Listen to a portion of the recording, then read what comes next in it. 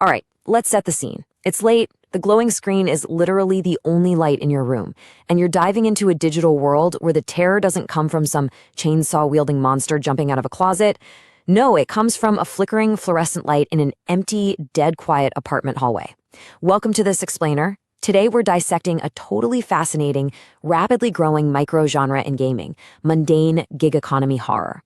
We are going to dig into exactly how developers are taking the absolute drudgery of the night shift and turning it into some of the most compelling psychological horror experiences out there right now. So think about this for a second. Have you ever wondered what your 2 a.m. delivery driver is actually experiencing? You know the drill. You tap a few buttons on your phone and 30 minutes later, your food or a package is just sitting right there on your porch. But if we flip the script, shifting our perspective from the cozy, safe consumer inside the house to the isolated worker out there in the dark, the entire narrative changes. You're alone. You're navigating unfamiliar, totally silent streets and walking up to strangers' doors.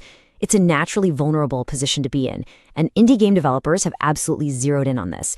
They've realized it's the perfect recipe for modern horror. Section 1. The Graveyard Shift Phenomenon. Let's look at how these games take something as incredibly boring as dropping off a cardboard box and spin it into sheer terror. There's this fantastic quote from RPD Games in their review of Chilla's Art's viral hit Night Delivery. They said, "Think Black Mirror, but with cardboard boxes." And honestly, that hits the nail right on the head. It perfectly defines what this subgenre is all about. We aren't talking about cheap thrills or loud-in-your-face jump scares here. This is slow-burn psychological horror. These games lean super heavily into heavy real-world themes, stuff like urban alienation, profound loneliness, and the exhaustion of overwork. Just think about your standard big-budget AAA horror game. You're usually fighting off hordes of zombies, managing your limited ammo, running for your life, hiding in lockers, engaging in high-octane survival combat. But late-night indie horror, it's a completely different beast. You don't shoot, you don't fight. Your main action is literally just walking and observing. You're carrying a cardboard box or maybe a bowl of ramen. The horror shifts entirely away from high-stress survival to this deeply unsettling sense of observation. The terror creeps in because a hallway light flickers for just a second too long, or because you hear a weird scream coming from behind a closed apartment door. So how do they actually pull off getting under your skin? It all comes down to this ruthlessly simple, repetitive loop. Step 1, get the order. Step 2, walk the empty hallway. Step 3, experience a subtle anomaly. Step 4, repeat. Games like Night Delivery force you to ride the exact same elevator up and down over and over, dropping off packages to these incredibly rude, mysterious residents. As PC Gamer pointed out in their review, this relentless repetition actually makes you numb to the routine. The developers are using pure boredom to lower your guard, so when that routine is finally broken, when those elevator doors open and reveal something totally inexplicable, it just completely yanks the rug right out from under you. Moving on to Section 2, the uncanny liminal space. Why exactly do empty hallways creep us out so much on a biological level? To understand this, we have to talk about liminal spaces. Basically, a liminal space is a place of transition. Think about empty stairwells, long desert roads, or those weirdly quiet hotel corridors at 3 a.m. According to research from the Journal of Environmental Psychology, these places fall into what's called an uncanny valley of architecture. They look super familiar, but your brain is telling you something is deeply, deeply wrong. Drawing on the work of cultural theorist Mark Fisher, this eerie feeling is driven by a failure of presence. An apartment building is designed to be full of life and noise, right? So when you are the only living soul there delivering a package in the dead of night, the absolute absence of people makes your brain scream that danger is nearby. And the history of this is pretty wild. The concept of liminality was actually coined way back in 1884 by anthropologist Arnold van Gennep.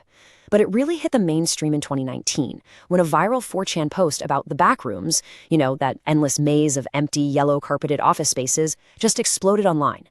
Then, boom, March 2020 hits, the COVID-19 lockdowns happen, and suddenly the entire world becomes acutely aware of what empty, transitional spaces feel like in real life. Silent streets, deserted schools. That massive collective trauma basically laid all the groundwork for liminal horror to absolutely dominate the indie gaming landscape by the time we hit 2026. Section 3, Gig Economy Nightmares. Let's peel back another layer and look at the real-world metaphor driving this whole genre. Because here's the thing, if you completely strip away the ghosts and the jump scares, what you are left with is arguably much scarier. It's a playable nightmare about modern labor. Reviewers have noted that without the supernatural stuff, games like Night Delivery act as a potent symbolic commentary on gig economy burnout, the relentless pressure to keep moving, the extreme isolation from society while simultaneously serving it. It's a real-life horror story. It's a metaphorical KPI drop where your job metrics feel like a matter of life and death. Just look at something like Food Delivery Simulator by the developer Yoimiya. This game doesn't even need literal monsters to stress you out. It simulates the very real everyday horrors of the gig. Long hours in total isolation, battling through extreme weather, the constant relentless time pressure, and dealing with incredibly unfriendly customers. It demands physical stamina and heaps of mental resilience.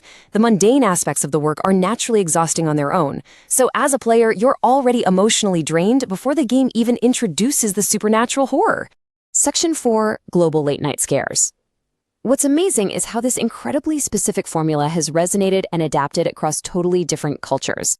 For example, in Japan, you've got Night Delivery by Chilla's Art, which focuses on dropping off parcels in a decaying, oppressively quiet urban apartment block. Then there's Midnight Mazesoba by MagicStone Games, where you're running a cozy ramen cart. In that one, you have to balance the sort of meditative rhythm of cooking with this creeping, deeply unsettling atmosphere where all the other food vendors have just mysteriously vanished.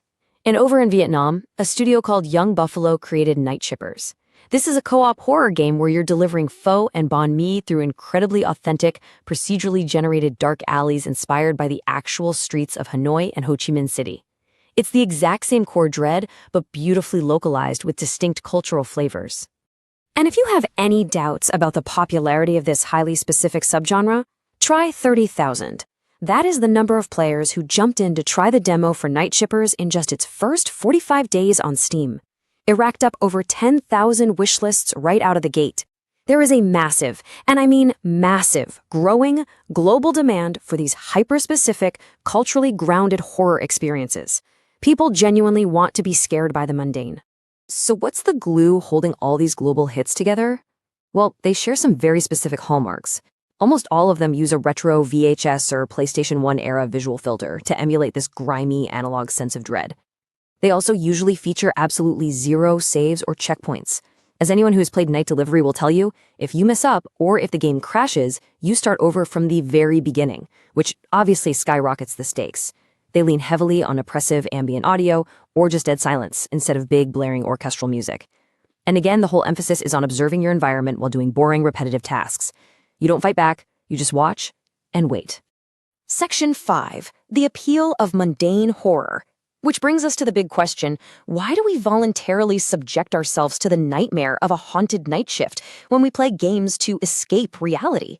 The answer really boils down to atmosphere and relatable tension.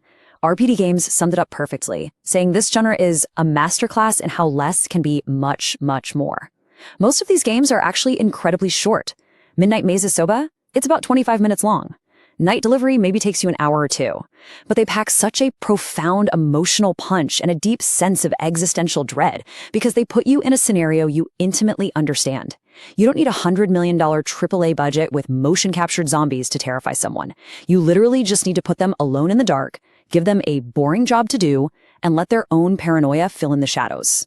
Which leaves us with this final thought for today's explainer.